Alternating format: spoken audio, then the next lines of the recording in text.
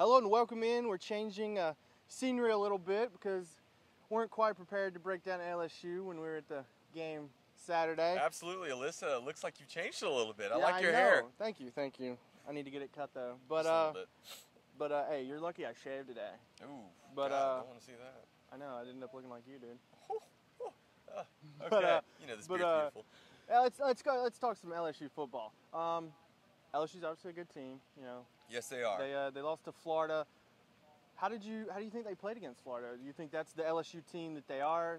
I well and truly believe that is the LSU team that they are. The problem is that they have absolutely no offense right now. Mettenberger is not throwing well. True the story. Decisions he's making are not very good. The receivers, I mean, their offense is subpar right now, especially when you consider LSU's history in the past 5 years. They are not doing well at all. The only thing that I am afraid of, LSU's defense, is I want to say number 2 in the nation for the pass defense. I don't have the numbers in front of me. It is a top 5 defense. Oh, for sure. For pass. That's the way all of Les Miles' teams are. They're always defense heavy, and that's what got them to the national championship last year. You know, look what it got them, but. I mean, well, yeah. But you know, so LSU last week, that's really who they are. Yeah, I well and truly believe, and I mean they've had problems with defending against the run, and that really did show in Florida. Yeah. Florida's running backs ran all over them, got some big plays, and they were able to score 2 touchdowns. Yeah. Speaking of running backs, let's talk about Hilliard, LSU's running back. You know, he doesn't have the name recognition that Marcus Lattimore does. And some would say he's not quite as good, but he's still an SEC running back. He's a quality player. Absolutely. He doesn't have as many yards as Marcus Lattimore has, but he is, I want to say, 6.6 yards on the carry this season so far. It is a very good average. I want to say Lattimore's is currently around 4.7. Yeah. Lattimore's kind of gone into the workhorse mode. Yeah. We'll see we'll see how he comes out against LSU. Yeah. But LSU, most of the time when you tell somebody, all right, LSU, you say LSU, they think Tiger Stadium, Death Valley. I was thinking Pansies, but well, okay. That was a joke. I mean, I guess everybody's entitled to their opinion. Hey, we'll see. When you hear Death Valley, what do you think? I think a very loud crowd, obnoxious, tough to play against. They're 21-0. That's what I think of. The last 21 games, they haven't lost a single one. It is impressive, but they're about to lose one. So. Well, hey, the last 5 years, they've played 4 teams in Death Valley ranked higher than them.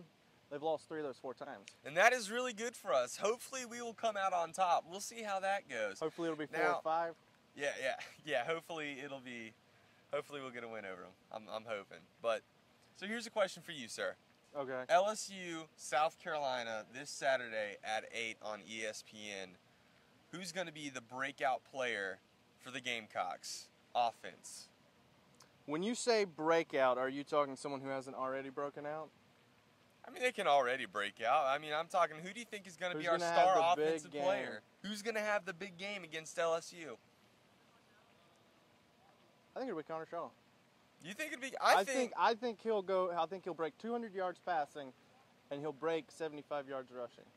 I don't think he will break 200 yards passing. I believe LSU has a huge problem stopping the run. I mean, Florida's quarterback had a lot of sacks against him, but when I was looking at the highlights, he made some very bad decisions. He stayed in the pocket too long. Connor Shaw doesn't do that. Exactly. That's what Connor Shaw's good at. He is very good at that. So I'm going to say, I think actually I'm going to pick 2 people that have a breakout game. I'm going to say you didn't tell me I could pick 2? No, well, you're not allowed to. I am. Okay, Anyway, I'm going to say Marcus Lattimore combined with Connor Shaw. It'll put the defense on their heels. They're not going to be used to it. Both of them will get some big yardage rushing. You think they'll have twice as many rushing yards as they do passing? Absolutely. That's my guess. This past game against Georgia only threw 6 out of 10 passes. I mean, 10 passes total. That is not vintage Spurrier. It is very different from Spurrier. Connor Shaw may not admit it, but that is not what he likes to do. Quarterbacks like to throw the ball. Absolutely. But speaking of throwing the ball, Mettenberger, not the greatest thrower. 6 touchdowns. 3 interceptions. 3 interceptions. It's I believe it's around 50% completion percentage. Well, currently he's hanging around 61%. Well, I was way off. You were way off, but 61% does not compare to Connor Shaw's 75%. Exactly. So we'll see how that'll play out. Well, but I think we're gonna wrap this up real quick. Prediction time. Who do you think's gonna win? Give me a score. I think the Gamecocks will pull it out. I think it'll be a low-scoring game. I think it'll be a defensive battle. Because like you said, they have a great defense.